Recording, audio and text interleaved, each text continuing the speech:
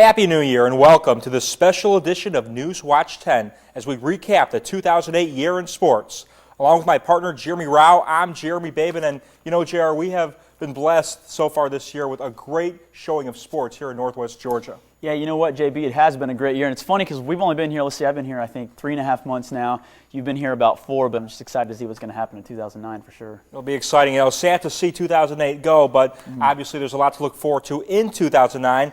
And we begin our special presentation, and now we look at Class 4A sports and Christian heritage and see what went on this year. When the sun came up towards the end of August, that only meant one thing in the carpet capital of the world: Catamount football. And the Big Red came out of the gates on fire behind the area's leading rusher, Shaquan Moore.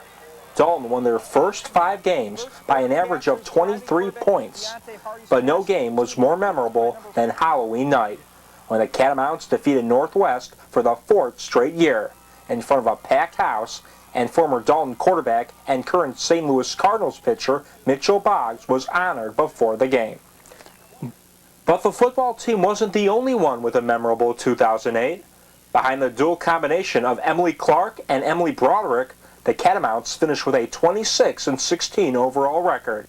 On the diamond, the Big Red were led by their ace, Jessica Gallman, whose 15 wins were as many as the entire team. Perhaps no school dealt with a greater challenge in 2008 than Heritage. Everything was brand new, from every touchdown to every three-pointer. And while every coach and player worked with each other for the first time, things at times got a bit rocky.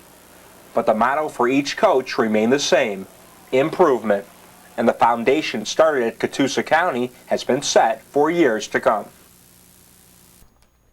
Well, I'll tell you, Ridgeland, obviously, you can talk about their season, but Mike Bowman especially, the year that he had and the potential that he has next year when he goes to Alabama. Yeah, and he's going to have to play for Nick Saban, which is going to be a tough task. Nick Saban's kind of a hard head coach. But anyhow, Ridgeland winning their first playoff game, you know, winning the region. It's an exciting year for Ridgeland, definitely.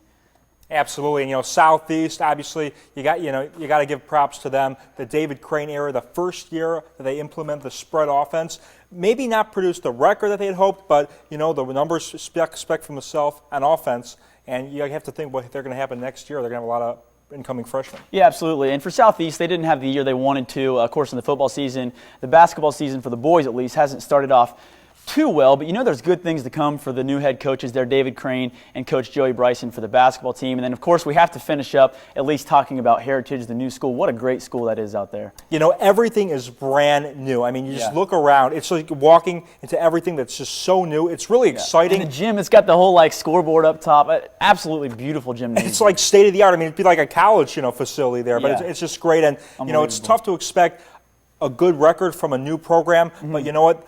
Tim James said it the exact way. It's improvement. That's what they're looking for. They're taking steps forward. And you know what? They've made a lot of progress, a lot to look forward to next year. One thing we have to look forward to is Class 2A right now. Take a look at what we have in store for you.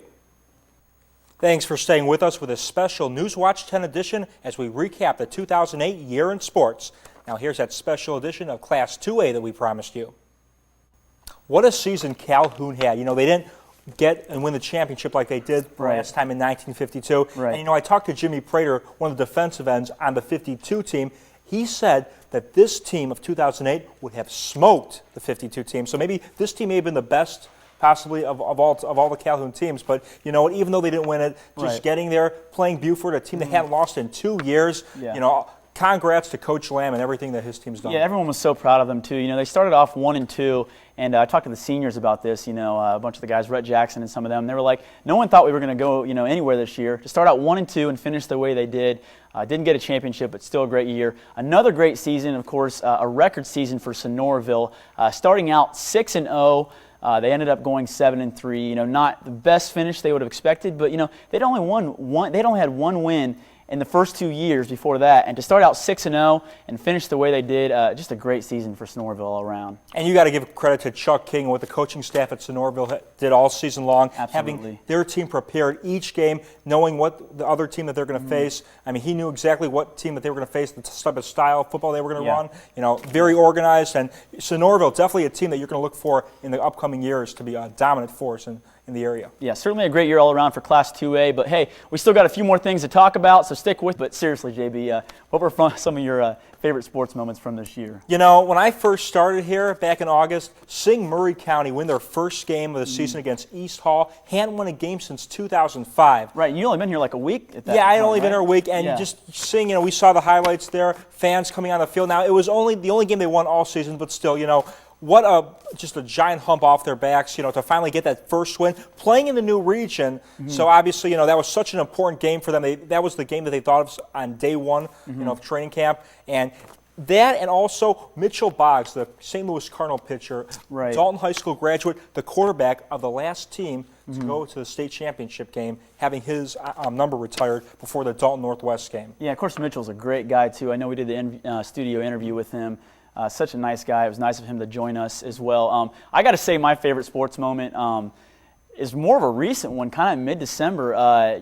Northwest had lost to Dalton in basketball, I think, 2 or 3 times in a row it was, and then beating them 60-57. Kaz Cole had a shot at the buzzer that would have tied it up.